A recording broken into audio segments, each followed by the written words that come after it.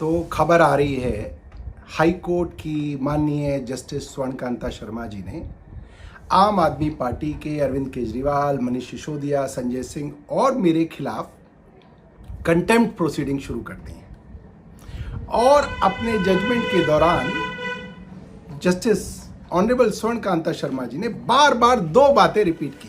क्या बातें हैं? पहली बात जो बार बार वो कहती रही कि ये मैं अपने किसी नाराजगी की वजह से नहीं कर रही हूं, मैं जुडिशरी इंस्टीट्यूशन की साख बचाने के लिए, उसकी रेपुटेशन बचाने के लिए कर रही हूं, मैं ये खुद के लिए नहीं कर रही हूं। ये बात बार बार उन्होंने रिपीट की। दूसरी बात, उन्होंने कहा मेरे पास दो रास्ते थे, एक कंफर्टेबल रास्ता और एक अनकंफर्टेबल रास्ता, और मैंने हर बार अनकंफर्टेबल रास्ता चुना। तो मैं इसके विषय में एक बातें कहना चाहता हूं। पहली बात, जजमेंट के दौरान उन्होंने मेरी प्रेस कॉन्फ्रेंस का जिक्र किया, मेरे ट्विटर हैंडल का, एक्स के हैंडल का जिक्र किया। मुझे खुशी हुई कि वो मेरी प्रेस वार्ता देखती हैं। मैं पिछले एक हफ्ते से एक 3 साल की बच्ची के रेप का मामला उठा रहा हूं, जिसको लोअर कोर्ट के जज साहब ने आरोपी को बेल दे दी, 57 साल के आरोपी को। मुझे खुशी होती कि उन प्रेस वार्ताओं से या उन अखबार में चलती हुई क्लिपिंग से वो सू मोटो इसके ऊपर कोई कार्रवाई करती। ये मामला बड़ा संजीदा मामला था। खैर, मैंने प्रेस वार्ता की थी कि कैसे दिल्ली की sitting chief minister Bharatiya Janata party से आने वाली रेखा गुप्ता जी ने एक टेलीविजन प्रोग्राम पर ऑन रिकॉर्ड बोला कि जो राउज एवेन्यू के स्पेशल सीबीआई जज ने अरविंद केजरीवाल जी और उनके साथियों को एक्साइज के मामले में डिस्चार्ज किया, वो मामला सेटिंग से हुआ, सेट हो गया। इसका साफ साफ मतलब है उन्होंने एक सिटिंग जज को भ्रष्टाचारी कह दिया। हमने इसके ऊपर प्रेस वार्ता में भी कई बार कहा, वीडियो बना के कहा। मुझे खुशी होती स्वर्णकांता जी, अगर इंस्टीट्यूशन को बचाने के लिए आप इस मामले में भारतीय जनता पार्टी की सिटिंग चीफ मिनिस्टर के ऊपर कंटेम्प्ट प्रोसीडिंग्स करती।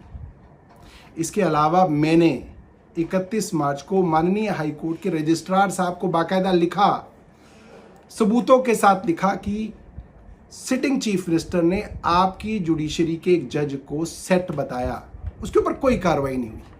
मैं सिर्फ जस्टिस स्वर्णकांता शर्मा जी को बताना चाहता हूं, कानून आपको ये नहीं कहता कि आपको कंफर्टेबल या अनकंफर्टेबल में से कंफर्टेबल पाथ को छोड़ना है, अनकंफर्टेबल को चुनना है। ये नहीं है कानून की किताब में, कहीं नहीं है।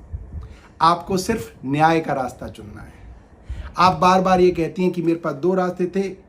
न्याय के रास्ते में, न्याय की मंजिल में सिर्फ एक ही रास्ता होता है जज साहब, न्याय का रास्ता और सत्य का रास्ता।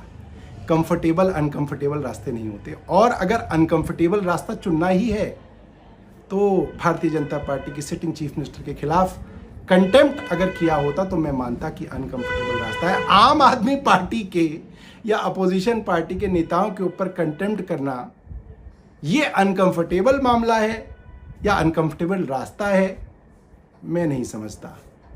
और जुडिशरी की साख को बचाने के लिए मुख्यमंत्री के ऊपर, रेखा गुप्ता जी के ऊपर कंटेम्प्ट होना चाहिए था।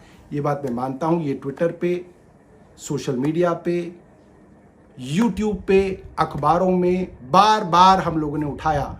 मुझे अच्छा लगता आप उस मामले पर स्वतः ही संज्ञान लेती और उस पर कार्रवाई करती, क्योंकि हम लोग अगर उसकी कंप्लेंट करेंगे तो हमको उसके लिए केंद्र सरकार की इजाजत लेनी पड़ेगी और वो सरकार देगी नहीं। इसीलिए रेखा गुप्ता जी के ऊपर कंटेम्प्ट तभी चल सकता है जब हाई कोर्ट, माननीय हाई कोर्ट या माननीय स्वयं सुप्रीम कोर्ट इसमें सो मोटो कॉग्निजेंस लेके कंटेम्प्ट करे। और अफसोस की बात है कि इस अनकंफर्टेबल रास्ते पर मुझे अब तक आप चलती नहीं दिखी।